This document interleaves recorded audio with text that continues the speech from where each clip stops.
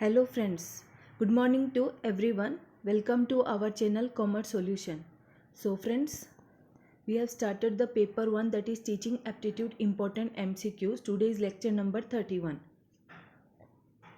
So friends, if you want to join my Telegram channel, then link is given in the description box. Today's question is, what are the components of Taylor's model of curriculum? जो टायलर्स model of curriculum है उसके components क्या क्या थे? तो first one is aim, subject, content या teaching evolution. पहले क्या एम होता है?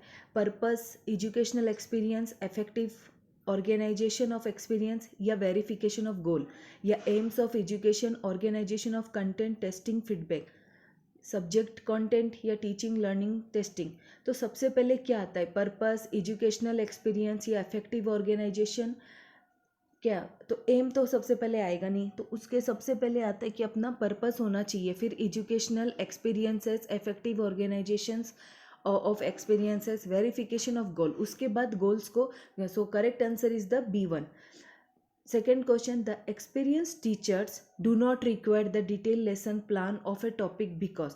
जो experienced teachers होते हैं ना, उनको क्या नहीं चाहिए? Do not require the detailed lesson plan of a topic because. क्यों नहीं चाहिए उनको detailed plan? क्योंकि they can teach more effectively without its help. They are just few curious students in the class, or the teachers is not likely to face any challenges from students even if they are wrong. Yeah, they can equip themselves with brief outline as they gain specialization in it through experiences.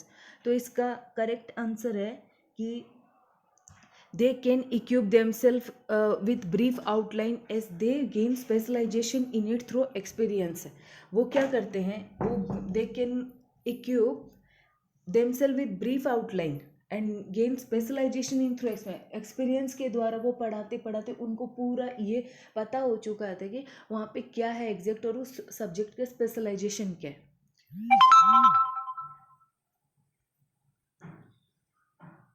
The ideal teacher, what is the ideal teacher? covers the whole syllabus in class, helps his student in learning, या is a friend, philosopher and guide, या is a strict disciplinarian. Ideal teacher किसे कहते हैं?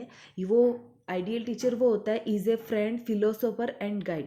एक friend होना चाहिए, philosopher होना चाहिए और गाइड होना चाहिए.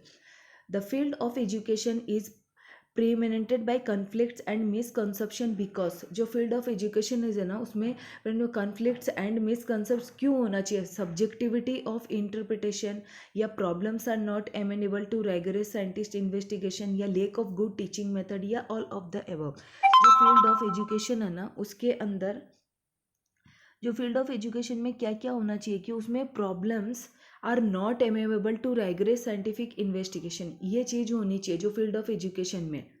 इन the introduction part of a lesson plan a teacher aims to get students. क्या अगर कोई इंट्रोडक्शन पार्ट है तो उसमें क्या होना चाहिए? असाइनमेंट, एप्टीट्यूड, अटेंशन या एबिलिटीज़. असाइनमेंट होनी चाहिए या एप्टीट्यूड या अटेंशन, क्योंकि अटेंशन ही होना चाहिए, असाइनमेंट तो नहीं हो सकता, एप्टीट्यूड भी नहीं हो सकता, एबिलिटीज. तो अगर इंट्रोडक्शन होगा तो उसमें अटेंशन, फुल अटेंशन हो. With the development of technology the role of a teacher in future will be. जो डेवलपमेंट ऑफ टेक्नोलॉजी हो रही है तो उसमें रोल ऑफ टीचर का क्या होगा? टू प्रोवाइड इंफॉर्मेशन, या to develop new textbooks, to guide student, to use the internet in teaching.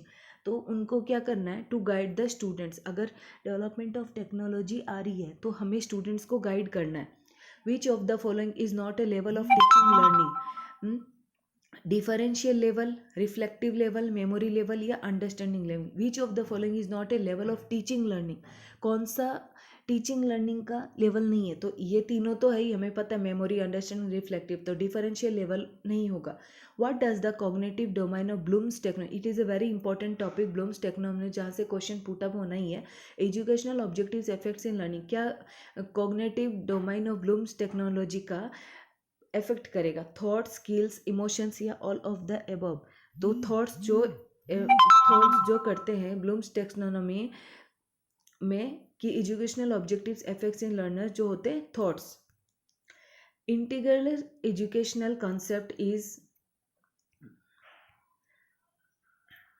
जो इंटीग्रल एजुकेशन कंसेप्ट है इज प्रोपाउंडेड बाय कौन सा, श्री औरोबिंदो, महात्मा गांधी, स्वामी दयानंद या स्वामी विवेकानंद। इंटीग्रल एजुकेशन किसने दिया था? श्री औरोबिंदो जी ने दिया था। The standard of education can be raised by, standard of education किसके द्वारा रेज्ड होता है? अपॉइंटिंग गुड टीचर्स, या providing physical facilities in school, या रिफॉर्मिंग एग्जामिनेशन सिस्टम, या providing computer in school. No, appointing good teacher. अगर good teachers होंगे तो automatic standard of living, standard of education बढ़ता है। So friends, for today only this much. If you want to join my telegram channel, then link is given in the description box. And जो बाकी जो पहले के जो सारे lectures हैं, you can go through the playlist. So friends, please subscribe me and motivate me so that I can bring new further videos. Thank you.